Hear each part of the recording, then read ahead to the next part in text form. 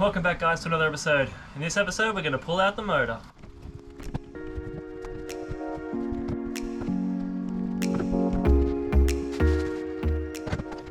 First thing we need to do to get this out is start removing the throttle linkages, all these hoses down here.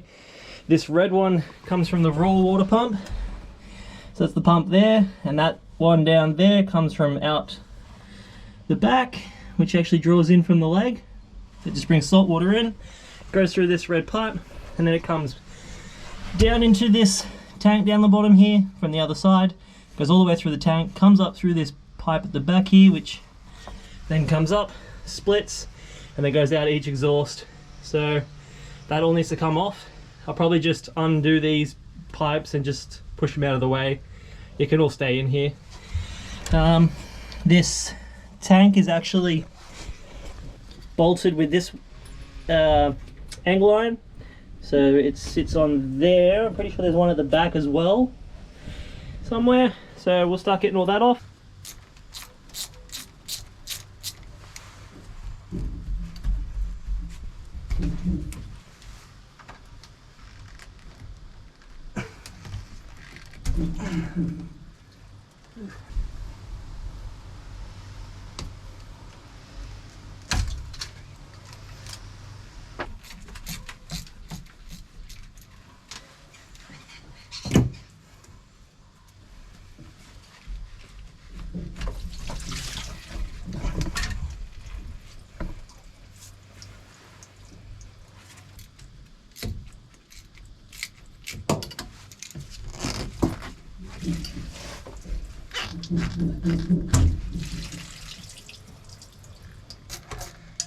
So this one's probably going to be full of coolant. If it's not, well, then there's an issue. Although it doesn't seem like it is full of coolant.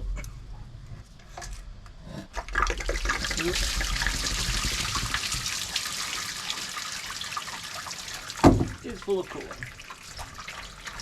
All into the bilge.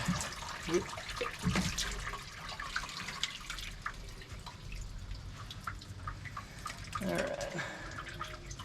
This is our alternator power wire here. So this here actually disconnects the motor from the stern drive, and so you can free rev it without actually moving. So we need to get rid of that. Probably just going to unbolt it and then sit it to the side, because it doesn't actually have to come completely out of the boat. So it's just got two bolts down here.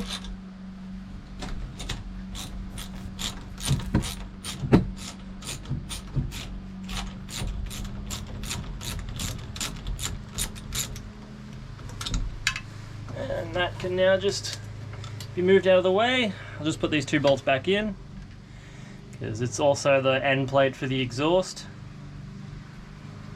Just loosely. It's all going to have to come out to be repainted and everything because of all the rust. These were painted when I put them in, except I didn't use any rust converter. I just ground off all the surface rust and then painted over it, and it didn't do so well. Maybe if I stopped the water getting on it, but yeah, it's not great. So this here is the coolant tank. It's where you fill it. This is the overflow bottle, and it's just got two bolts that go the whole way through.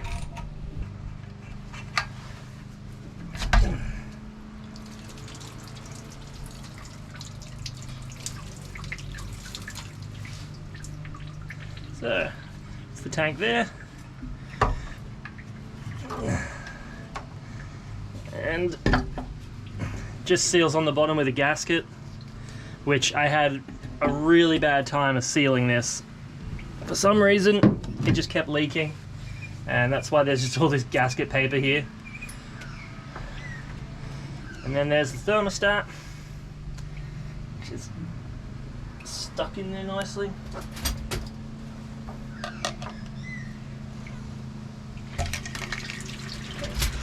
Thermostat just needs to be cleaned up.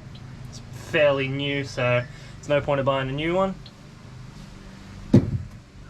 But I will be needing to machine this flat and also machining that flat, which I didn't do just because I didn't have the tools. But now I can, and it should seal a lot nicer, because it used to just have a really slow leak coming out of it. This is just a cooler temperature sensor I put in there. It was aftermarket because I didn't really trust the factory one. which is right here.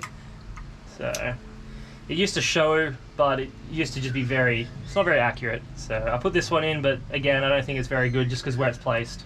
And the only reason I'm not taking this one out is because I tapped a hole into it, so it's just going to leave it in there. It's got another coolant hose under here. So that should be most of the cooling hoses. So that tank at the bottom is now disconnected from everything. Got 2 hoses here, one down here disconnected. We've got the reservoir over there, and the other hose came out that went up to the exhaust outlets. Now we just need to get rid of the fuel and the ignition, the accelerator, and then we need to do the rear, the exhausts, and then I don't think there's too much more, just a few wires, and that's pretty much it. This fuel line has 2 hose clamps, and I could do it one-handed. Come on.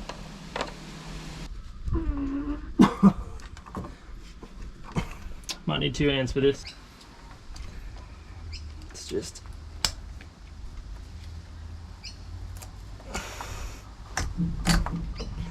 getting a new fuel hose. I was planning on getting some anyway. This stuff is really stiff. It is quite old. So, and also the end was already fucked from the clamps and stuff. So, gonna get a new one of them. I also want to get new hose for all of the hose lines. I also want to get new fuel hoses for all of this. So this is the one going that we just broke off then, and then all these as well. I just want to put all new ones on, put new filters in and everything. Just make it all nice and new. Don't really want old gunk going through the motor after I just rebuild it. I will probably also remove the tanks.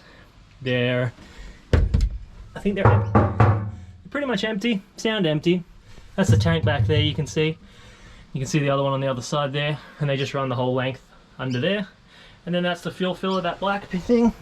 And then also behind here is the other fuel filler, which that one up there is not connected.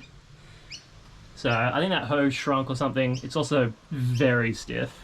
Just, you can't even bend it, it's that old. I'm gonna put quite a lot of new things on this, all the rubber stuff, just because it's all just old and brittle.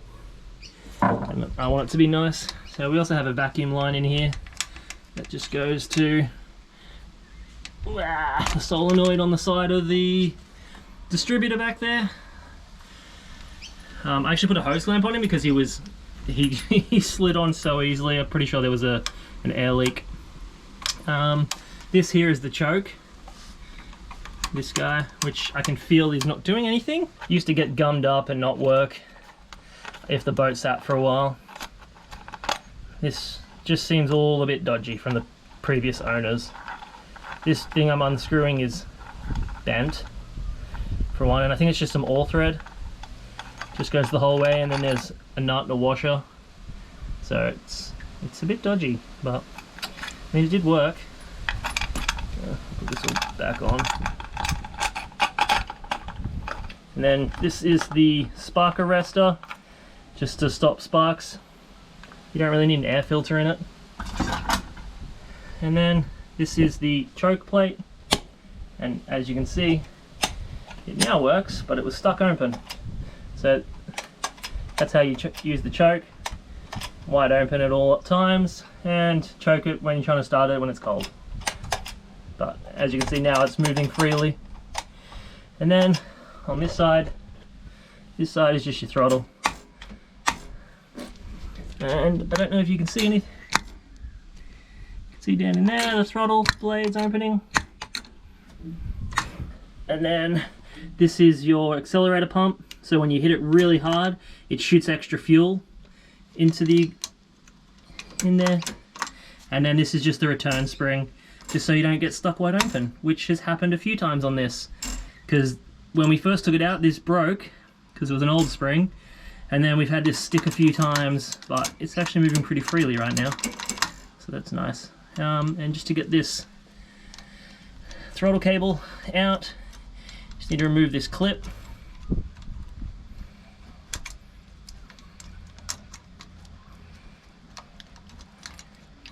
Which is very hard to do one-handed.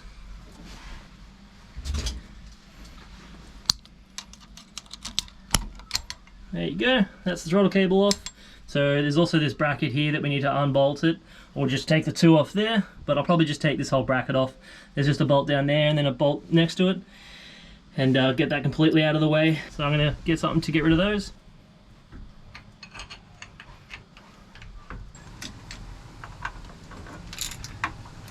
And that gets the bracket out. Just needed a wiggly socket, which are a pain in the ass. We'll also just put these bolts back in for now. Just a lot of crap everywhere on this motor from sitting, just leaves everywhere and stuff. Try to feed this out past all these.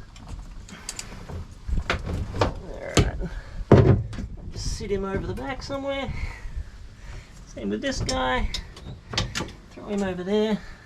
Unplug the coil. And then I guess we just have to untangle all this, and we can just fold it behind the motor.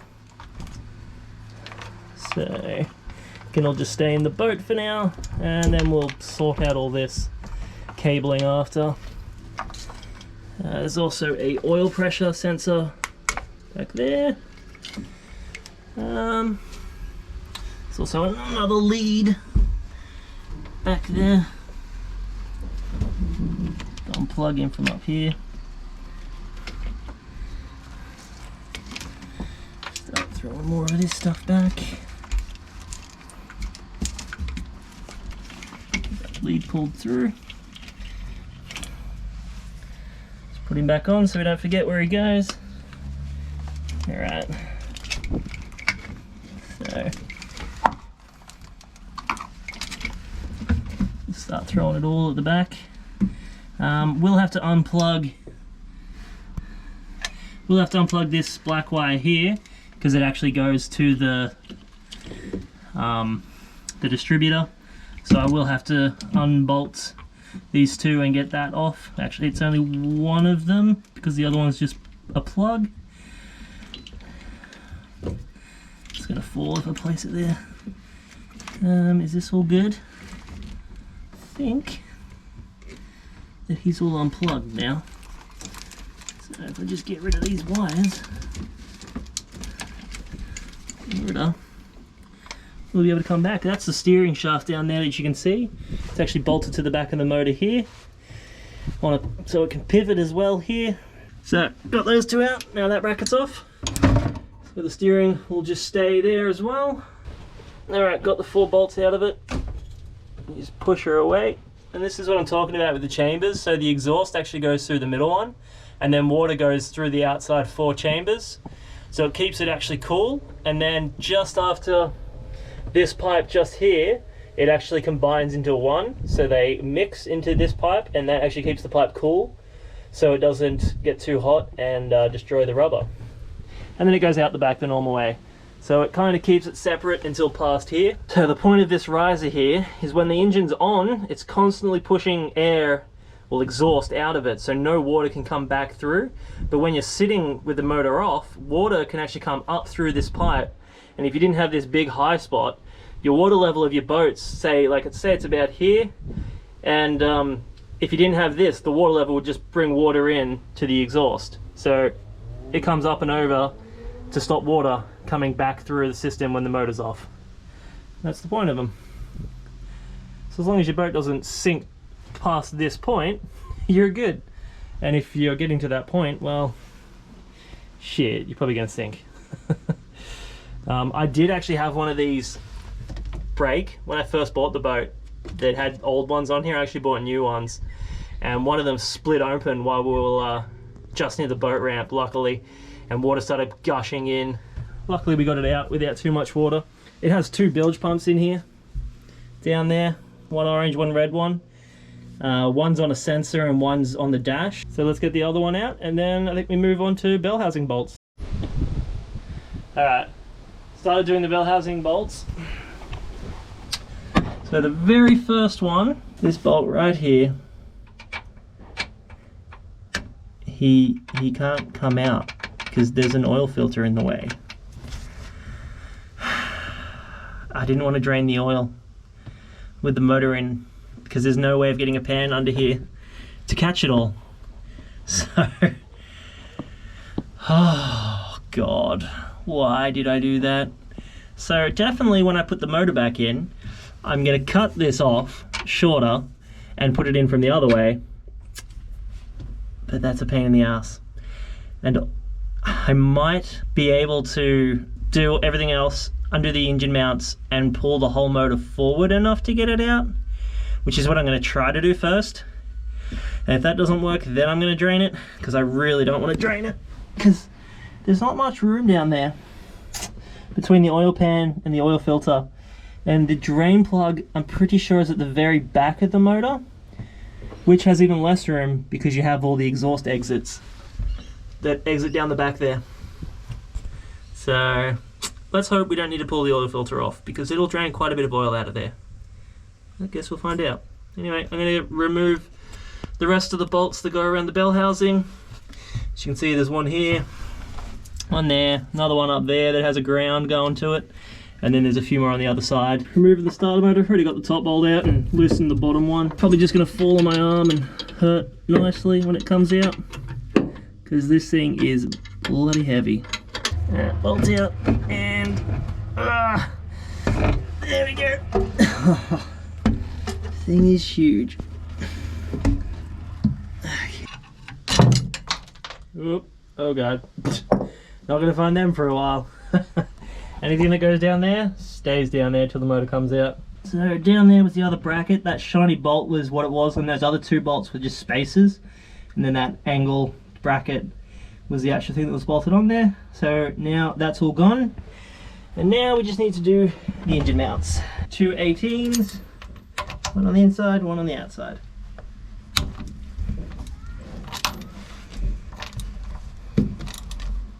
And just do this for the next 20 minutes, and then they'll all be out. As you can see, got the engine mount bolts out on both sides. Still one in down there, just can't get it out because the engine dropped onto it. Got everything else unbolted and everything, you can see, so it should just come straight up and out. And we have a truck here. So all I'm gonna do is remove this, and then we're gonna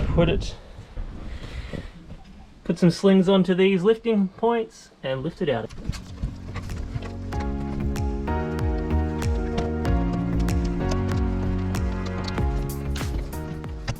Put 2 D shackles onto the slings.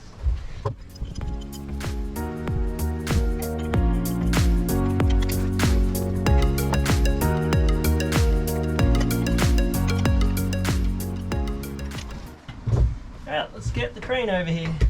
Alright, so all you do is you turn the truck on, and then you got to press this button that's down here, but you also got to depress the clutch at the same time.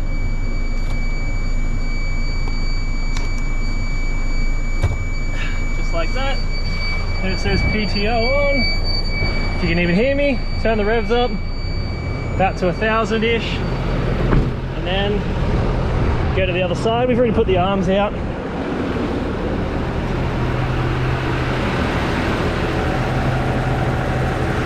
Don't forget to turn it on.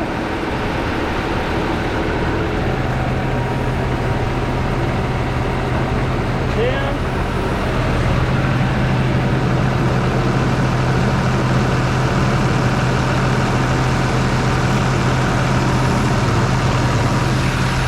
Put them both down until the truck's a bit level.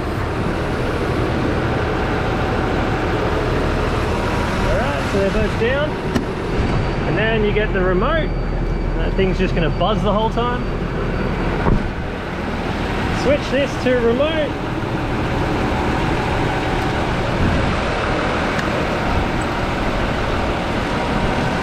And now you can use the remote.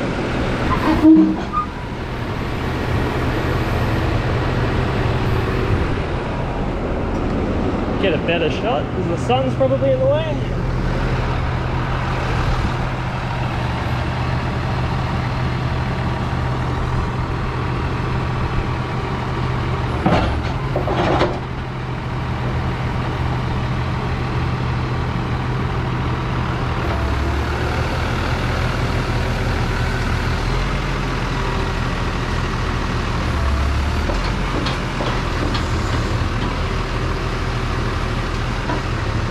So we get up there and hook it on.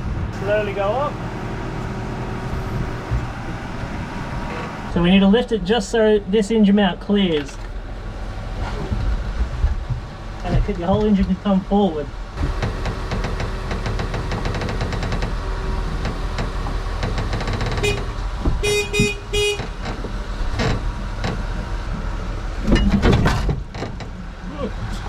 There we go. Need to make sure nothing's holding on. Just one hose. Forgot the raw water hose down there. God damn it. Always forget something. Forgot a bell housing bolt. It was at the top in the middle. Don't know how I managed that. And also this raw water inlet. Somehow forgot that one as well. There we go. Should be free now. It's spinning.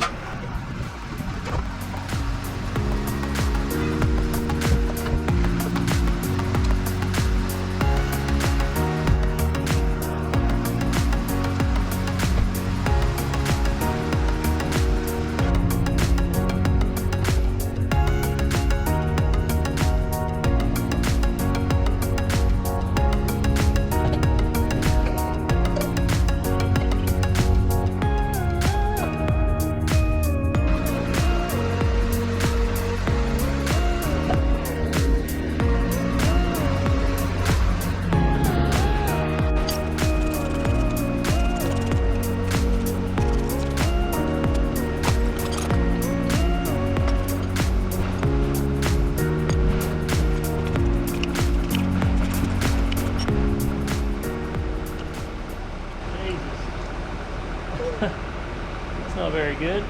Cracked, mushroom. That's where the input shaft goes in. Splines to that first plate I took off.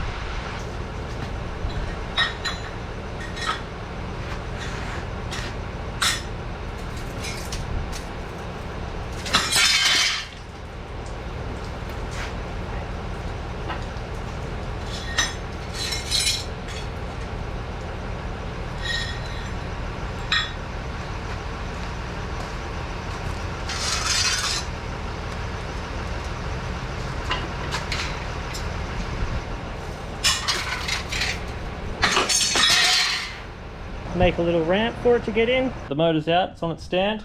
It's got a block of wood here at the front holding the front up, only because I didn't have one of these bolts. So it's only got 3 bolts in there.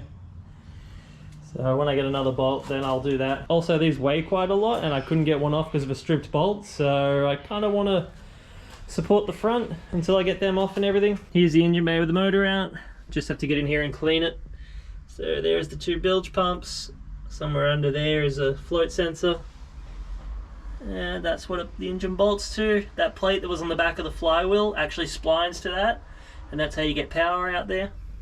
And this is that heat exchanger. Just takes the cooling water from, that's the raw water side, and that one there is the coolant side. Just cools it down with the ocean water or wherever you are. So that's going to do it for this episode, guys. Hope you enjoyed it. Next episode, we're probably going to be tearing into this motor to see what happened. So hit that subscribe button so you don't miss out. Till next time, see ya.